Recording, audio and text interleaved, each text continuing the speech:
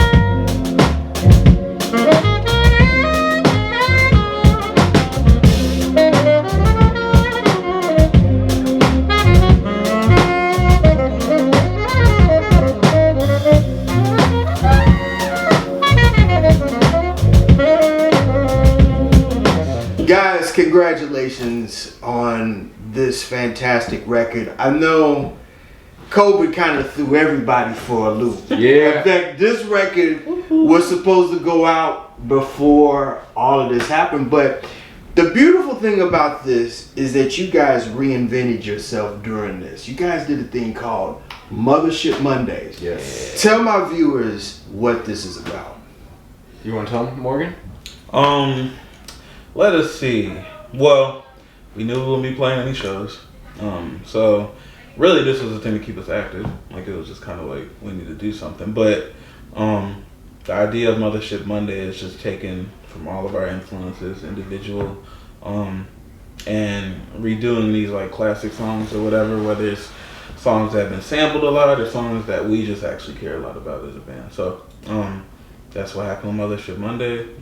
Andy got his video editing skills up, super homemade, but by the end of the I mean, yeah, we really hit a groove with it. We were just doing it every week. We'd do 2, 3 sometimes a week, and like, you know, I mean, now that we're like out and about, it's not as frequent because we got stuff going on, but yeah, it was literally just to keep us busy. And it took off like a rocket. Did you guys, well, you guys kind of knew that when everybody was isolated, this was the only MO that you was going to get that music out. Right. Yeah. No, for sure, man. And it worked out well. Like a couple of the songs have come out. Well, remind me, that was a big one. That started on Mothership Monday with Alex. Right. And then we were just like, we should record this. Like, because people loved it and everybody was like, hey, y'all should put this out like as a record. And we were like, so it was cool, man. Definitely cool. We got some good shedding in with that. King Butch, 8th album, Concord Records. Tell me the concept of this record, because you guys, like all of your records and all of your live shows, you guys go all over the music gamut on this. Well, you know, the thing about King Butch is Morgan joined the band around 2016, 2017. Marcus Tennishu, he joined the band around the same time as a real, like, official member, although he had played with us a lot before. And King Butch is the first studio album that we really did and produced the whole thing with this lineup. It's the first time you're really hearing this band as producers in the studio. And the other thing that I think is special about King Butch is when we went in the studio to record the album, we said, we're just going to make the best record possible. We're not going to worry about, like, how are we going to be able to pull this off live? Because that's something that we thought about a lot in the studio before. Is Yeah, for sure. Let's figure out a way to make a record, and then we're thinking about the live show. We're going to be able to play it the same way, and it would hold us back from trying things in the studio because we would always want it just to sound like us playing. But what's But great, this time, King Butch, sorry to interrupt, Yeah. but this time with King Butch, we said, let's just make the best record we can make. We're just going to go in the studio and make a record because that's what we do, and then we go to the show, we'll figure it out later. Figure out how to present it live in a different way. and it's crazy because I'm having a hard time digesting that, because every time I've seen you guys live, you guys put on a phenomenal show. Oh, yeah. The live show and the record are two different things, and that's intentional. Really? We're not trying to sound just like the record when we play a show. We're trying to play. We use the record, we use the material as a platform to do our thing at a live show, and it's different a little bit every time. But when you listen to the record, that's what we do in the studio. There's lots of things on the record that it's not possible to pull off live. Studio effects and tricks and magic that make what a record sounds like. And you come to see us live, you get that energy.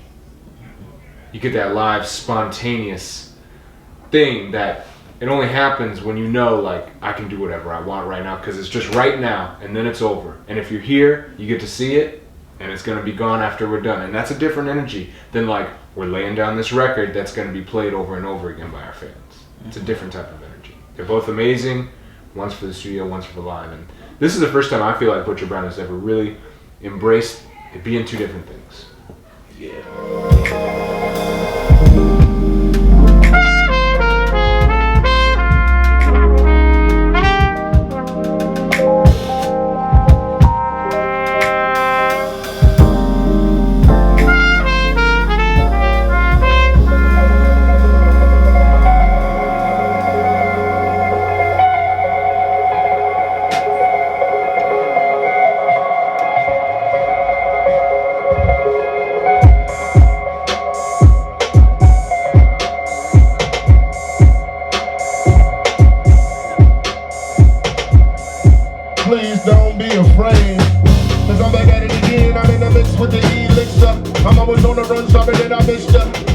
it was your mind, I was pushed up like a list of visible vista views to lift ya. Oh, spirit high to a cliff, the inaudible soldier, everlasting rip.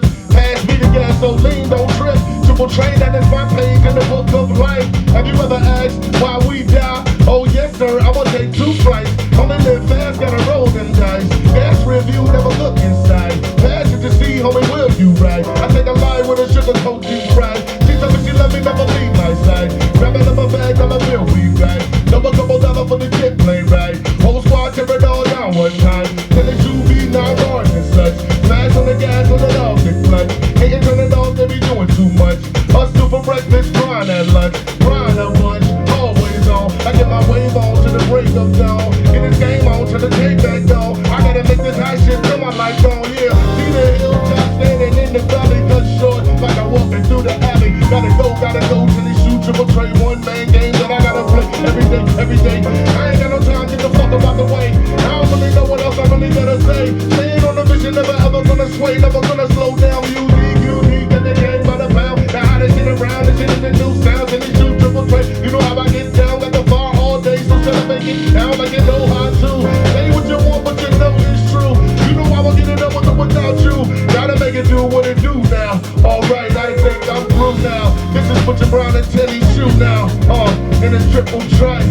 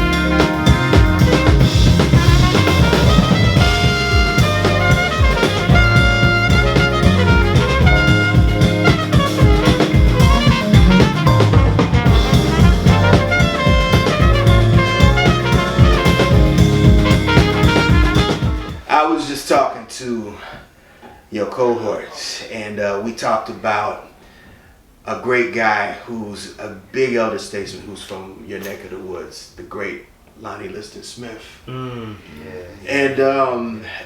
he laid out some funky music by way of, you know, what he did, and you guys are kind of like doing what he did in modern terms musically, right. Including everything from hip hop on down to funk and R&B. Tell me about Lonnie Smith, and tell me what he means to you guys as musicians. Oh man, I mean, just, you know, he's really, you know, one of the greats in the sense of, you know, bringing different kinds of music together in the sense of, you know, culturally speaking and just historically speaking. I mean, like, you know, I have a bunch of his records. I grew up on his records, and then obviously him having the whole sampling scene with, you know, hip hop artists, like, kind of sampling his work, he kind of has found like a way to be like a mainstay, kind of within that new fusion of itself. And I feel like one thing that we get from him is that, you know, like fusion music in the sense of like, you know, it's like it's a combination of things that like already came before us, like, you know, traditional jazz and R&B and soul music and whatnot. But especially nowadays, that hip hop is like a huge influence, and we try to put that in the melting pot too, and just like, try to really like stir it up with like all different kinds of things that's going on today.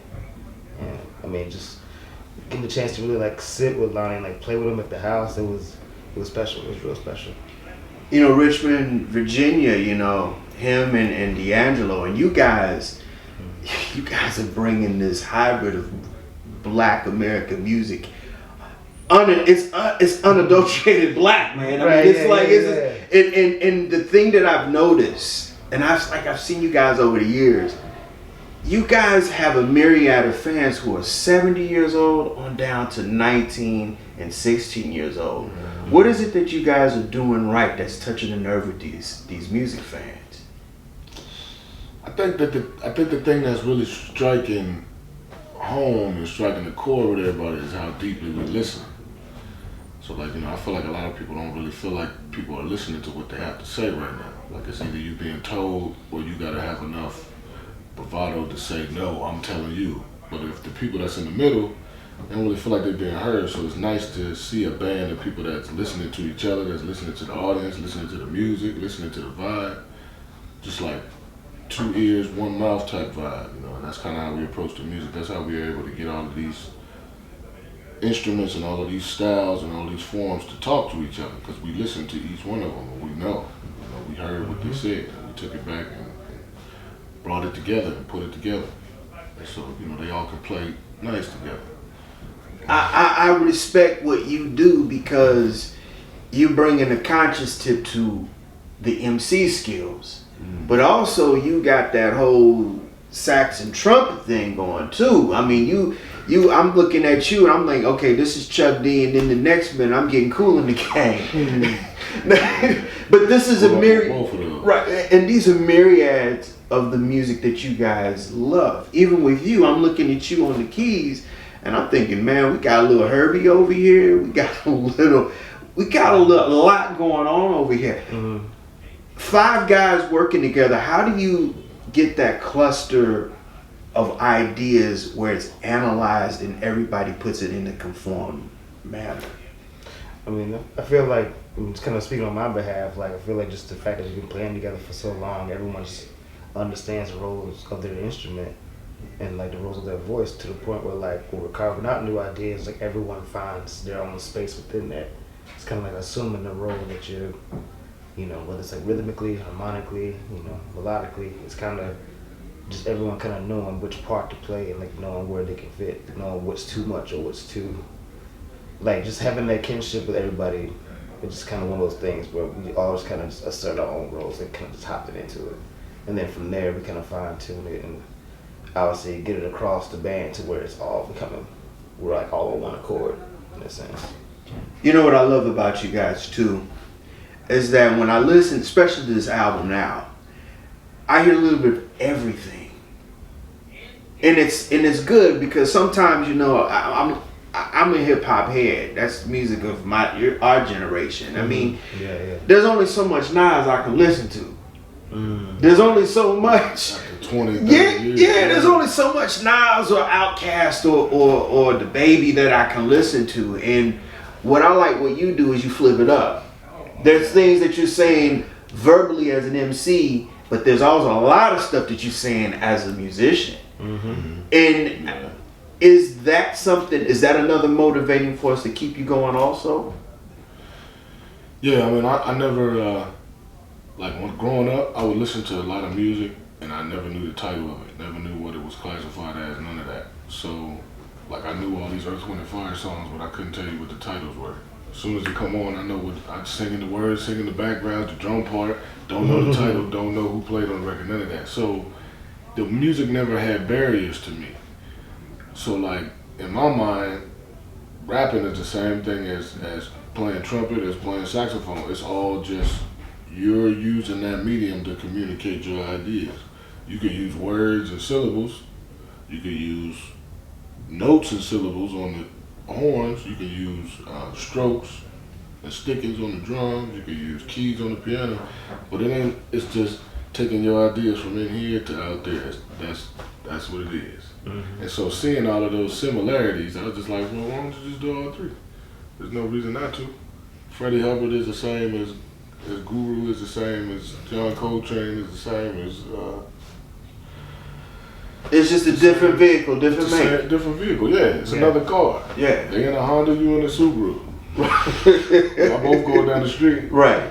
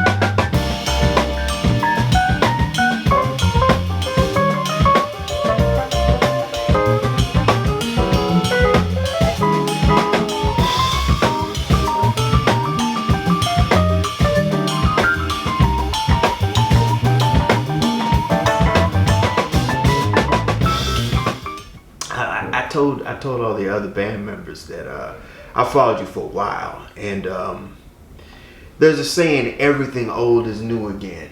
People buying vinyl and CDs again. Yeah.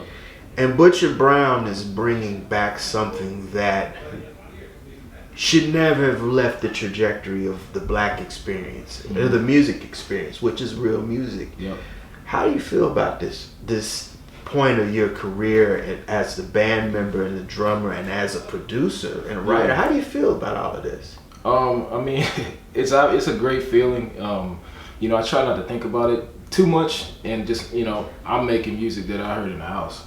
You know, all this music that you're hearing and people have heard over the years is just stuff that like my dad was playing or my mom was listening to, especially more of the instrumental music. Like my dad was really into it. And it's just, you know, growing up in a black household, man, you know, it's just part of my entire like DNA, so to speak. But you know, I think we just all like have a vision, man, and just want to create the most honest music and basically give people the experience of where we come from. You know what I'm saying? We don't come from a big city. We don't come from a place that has a crazy music industry. Like, I was born and raised in Virginia Beach, Virginia. Richmond was kind of the glue. You know, it's the capital of Virginia. So like, you know, there wasn't like no industry really there. So you had to kind of create your own little lane and just, you know, find people that, you know, were on the same page. And so that's kind of like, you know, really the mission. You know, the drummer and the bassist always are the glue to the band. You pretty much they have to ride on the time that you give them. Right. What are some of the things that you guys work on individually as musicians, but also writers and composers and producers? What are some of the things that you pull out and intricately help yourselves get better at when you do this? I mean, we just try to listen to a ton of music. Just a ton of records, always just exploring stuff that like, you know, is available. And it's like, you know, we're in an age where, you know, Spotify and all those streaming platforms, that's a touchy subject. But at the same time, you know, I've discovered so much music just off of that and just, you know, digging or going to the record store and actually picking out LPs. And, you know, we go through phases, you know. I've been really personally big into like this deep house music phase right now, you know, stuff from Chicago, the UK, and like Detroit, and you know, those elements may come out in some of the stuff that we're doing. Like we're all pulling from stuff, but what we do is like anytime someone is like really fixated on like a particular genre of music, we send it to the thread. We're like, yo, check, this is the stuff I've been listening to. But y'all did an Afrobeat record. Y'all have had different flavors of Black American music over the years. Yeah. And so like, for instance, the Afro Cutie record, you know, that was just something that we decided on doing one day because like, oh yeah, we were checking out just some West African music stuff from Nigeria, checking out Fela, of course, and also was this project that Deangelo had done back in like probably the early 2000s with the Soul Aquarians, with Questlove and Pino. Macy Gray was on it. But anyway, Roy Hargrove was on it. And that was something that was just kind of like, yo, we should just do it. It's fun. It seemed like a fun project, you know. This is all ancestral recall for me. You know, I played with Christian Scott for years, and so that was always something that was kind of a reminder every time, like, yo, this is the music that really is in our blood. All these rhythms and different patterns and claves and whatnot, like, it only makes sense to go ahead and tap in and see what's up, you know, and pay our, you know, it's my respect towards that culture. And like, honestly, comes natural to me just because of the rhythmic aspect of it, and, you know, just trying to explore. Like, it's just it's just funk in a different rhythm. Right. It's the same thing, you know, it's all funky. You know, maybe just a different placement of the beats and whatnot, different bass line patterns, but, you know, it all stems from the same groove, and it's all the blues.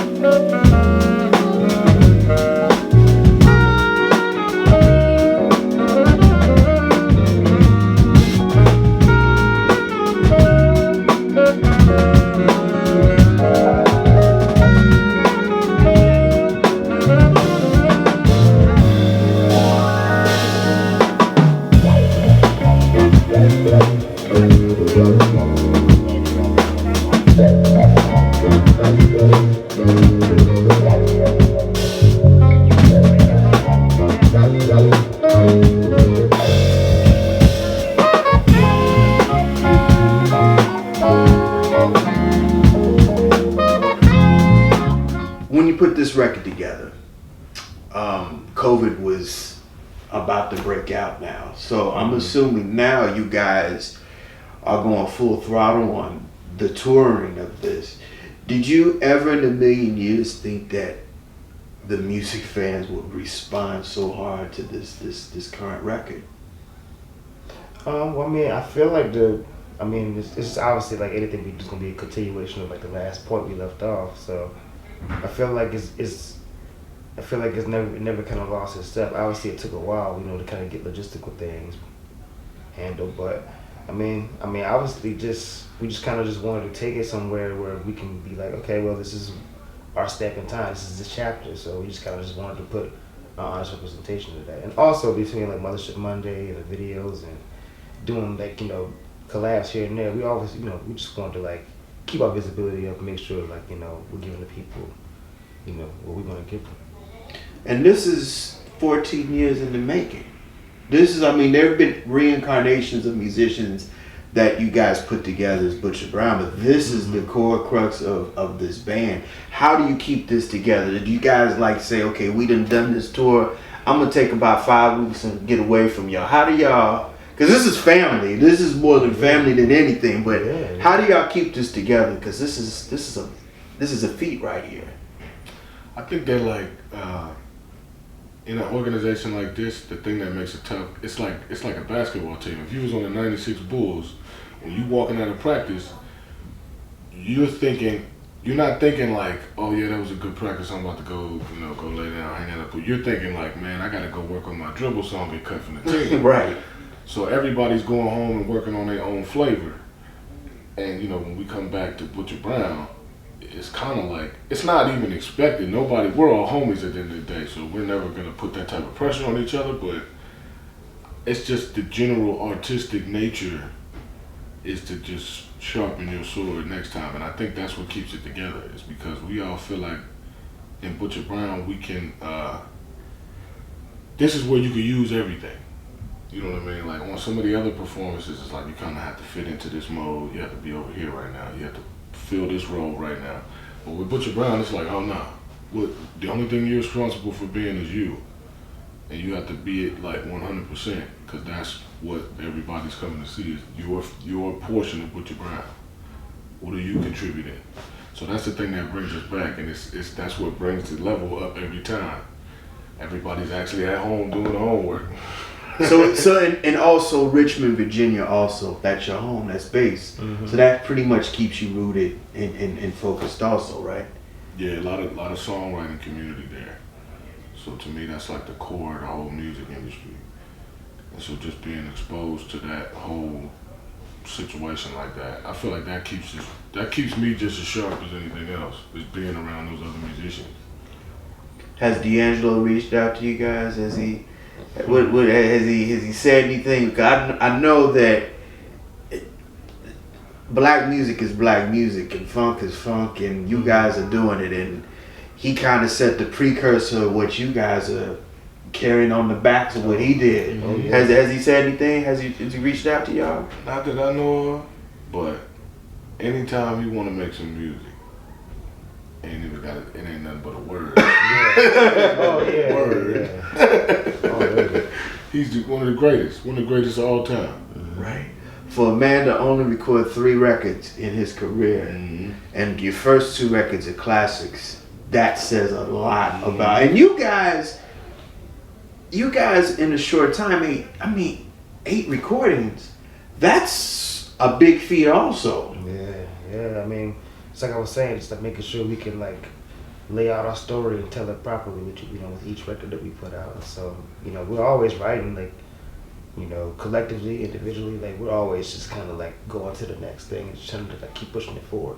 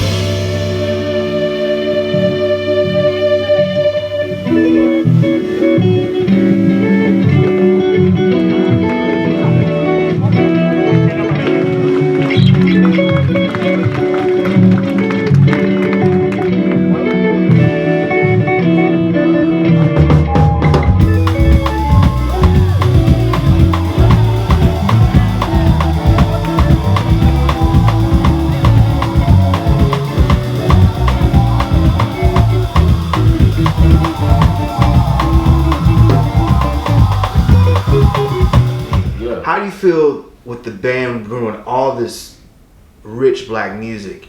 How do you feel that all of it's coming back again? I feel like, I mean, it's just, it's one of those things, like, you know, and I think we're contributing to that, because it's almost like when we get on stage, you're taking this journey with us. We're like taking you into the record store, you know, and you're just picking out from different genres.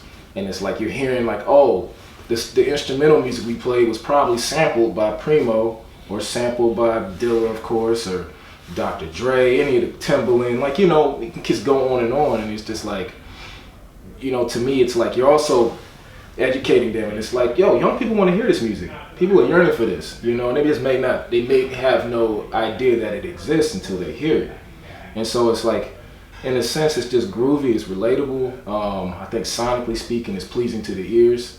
And so I think like it's coming back strong, you know, at this point. I mean, I remember there was a period, and I was always into the sound of the Fender Rhodes just because of my dad listening to the Crusaders and Earth, Wind & Fire and all of that stuff in the house. But like, you know, there was a time like when I was, you know, coming through like the jazz educational system where most of these kids were not into the electric bass or Rhodes. They were looking at me funny because I was listening to that music. And so now you fast forward 10 years later, everybody's trying to do that. It's cool. It's just kind of funny because it's just like, man, I know these are things that are sort of trendy in times and moments. Now it's like this lo-fi beat culture that I don't really know why we got to call it lo-fi. It's just beats. You know, it's like, beats. It's beats. You know, boom bap. And so I just think, you know, it's definitely coming back in an interesting way, in a good way. But I just want to make sure cats ain't just out here faking and doing it because it's cool right now. In the back, piggyback what you said, who would ever thought Rockefeller Center, a record store, would be in the middle of the heart of Midtown Manhattan, right? And people are spending $30 and $40 a pop on brand new vinyl. That's crazy. Yeah. Yep. Everything old is new again. Yeah, I mean, we sell vinyl. Like, we sell LPs, bro, and like, you know, we sell them for $30. You know, I mean, and people are buying it. They want that. I mean, they like the artwork. We take pride in artwork. Like, we want the vinyl. Some people may not even have an actual turntable, but they just want it as a collector's item. And, you know, it's just a thing, you know, and I feel like it never went away. I don't know if it really ever went away, but now it's kind of more prominent, you know, like CDs were a thing, of course, you know, but it's just something about the physical. And I think people just want to have that because they can hang it up. They want to, you know, put on their wall or like just add it to their collection. They may not even open it and they just have the record, but they listen to it on the streaming platforms. But you guys even did something even deeper.